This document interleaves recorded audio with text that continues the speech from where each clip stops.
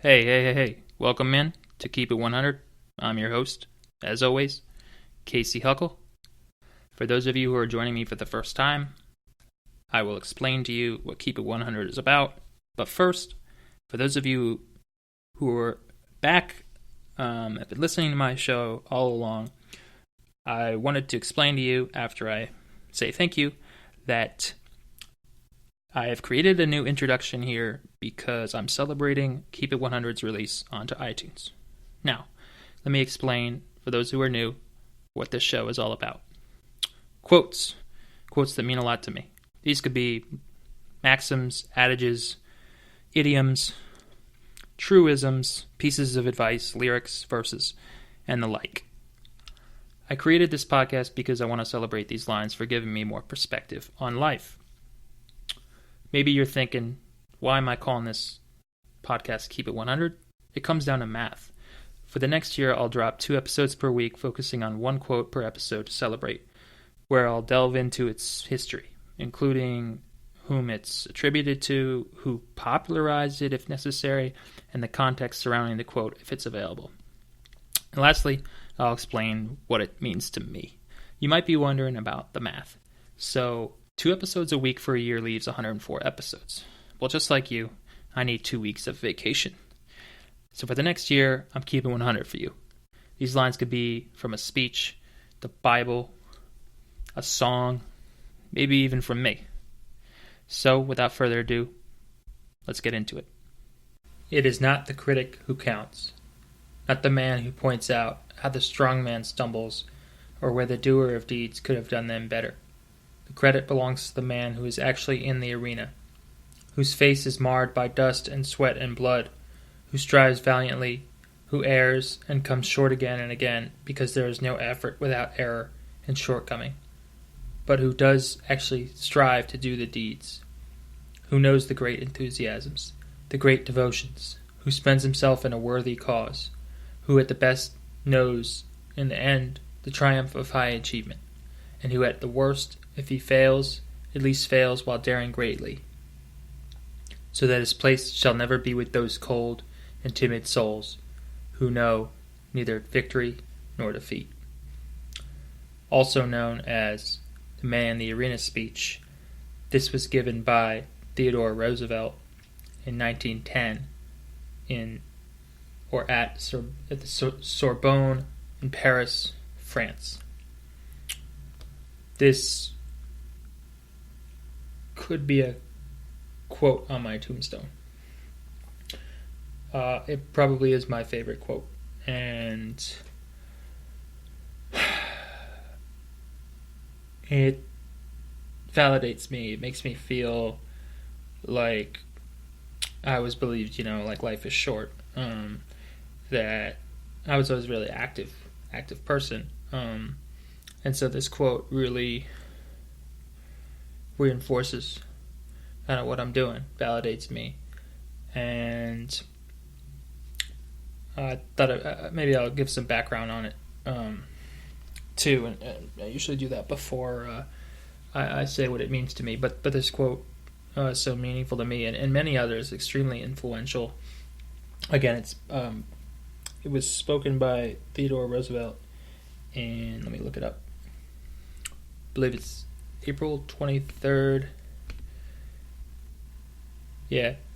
It's part of his Citizenship in a Republic speech on April 23rd, 1910, at the Sorbonne in Paris, during a tour of Europe after he'd done a scientific expedition through Africa. It outlines his thoughts about the duties and responsibilities of state to citizen and citizens to state. And it reminds me a little bit of John F. Kennedy's quote, "That's not what country can do for you, as what you can do for your country." And so it emphasizes the relationship between government and the people, and people and the government. So I didn't read it. The whole speech is 35 pages long, and the quote is that I'm doing is I said I'm from page 7, so it's a fifth of the way in, and so obviously very, very long speech. And what sticks out the most to me about it is just how politicians. This is after Theodore had become president, so it was basically like a president, a former president, just giving his thoughts on the. This is more on life. A lot of politicians now just do a lot of name calling and insulting, and I'll speak on that. That is what struck me, is that I haven't really studied U.S. history in a long time, but from reading some of this speech, I noticed that there aren't really any names. It's not about me versus you, Democrat versus Republican. I'm not really sure what the parties were back then, over 100 years ago. But yeah, there's no criticism of other people or even praise. I mean, it's just really, it gets down to business, and he talks about, it's just a very uplifting, inspirational speech that can help anyone. It doesn't single anyone out, as opposed to any of these speeches you hear nowadays that just, I don't really have, I'm desensitized to them. Obviously, I hear them all the time, because they're current, and I'm inundated with these speeches and news about these politicians, and that makes me miss, even though I never wasn't alive, but it just makes me long for the good old days, the old times where there was less comparison. People weren't putting people down to feel better about themselves, and I feel like I'm somewhat of a victim of it, but I try not to be, or maybe somewhat of a product of it, where people just drop names to get attention, and I kind of could wish I could spend a day back then where he's just speaking man to the public, and giving the public of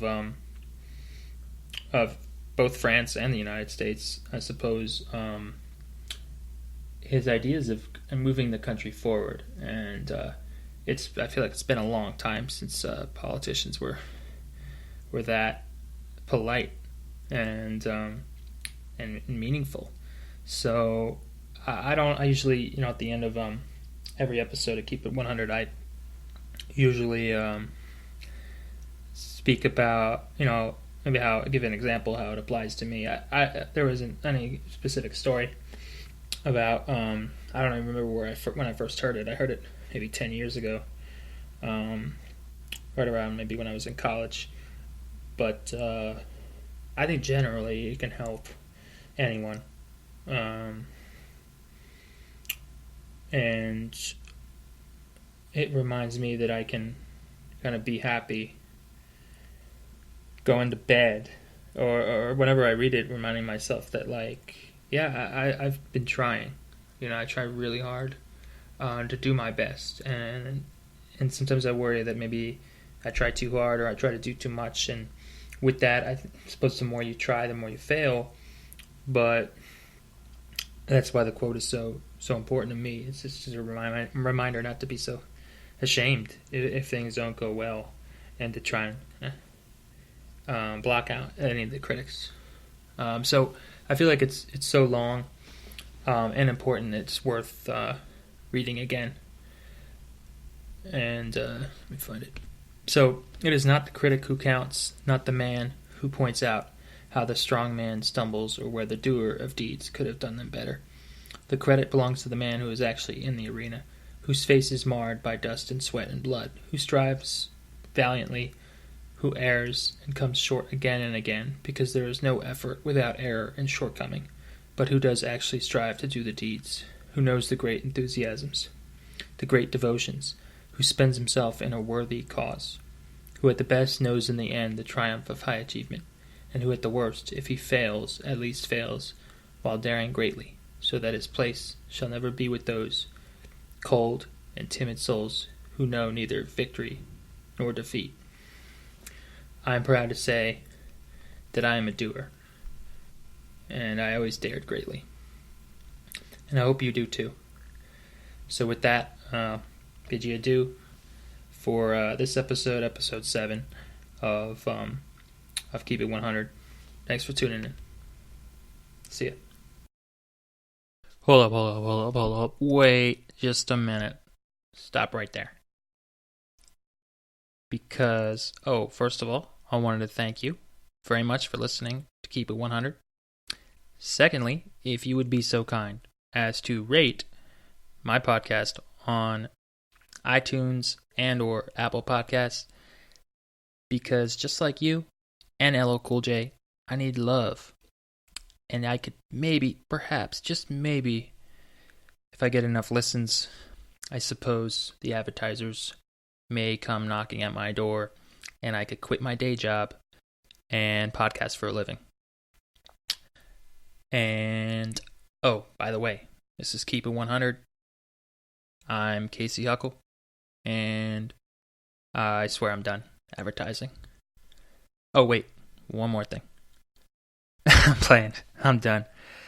All right, Keep It 100, y'all. Thank you so much. God bless.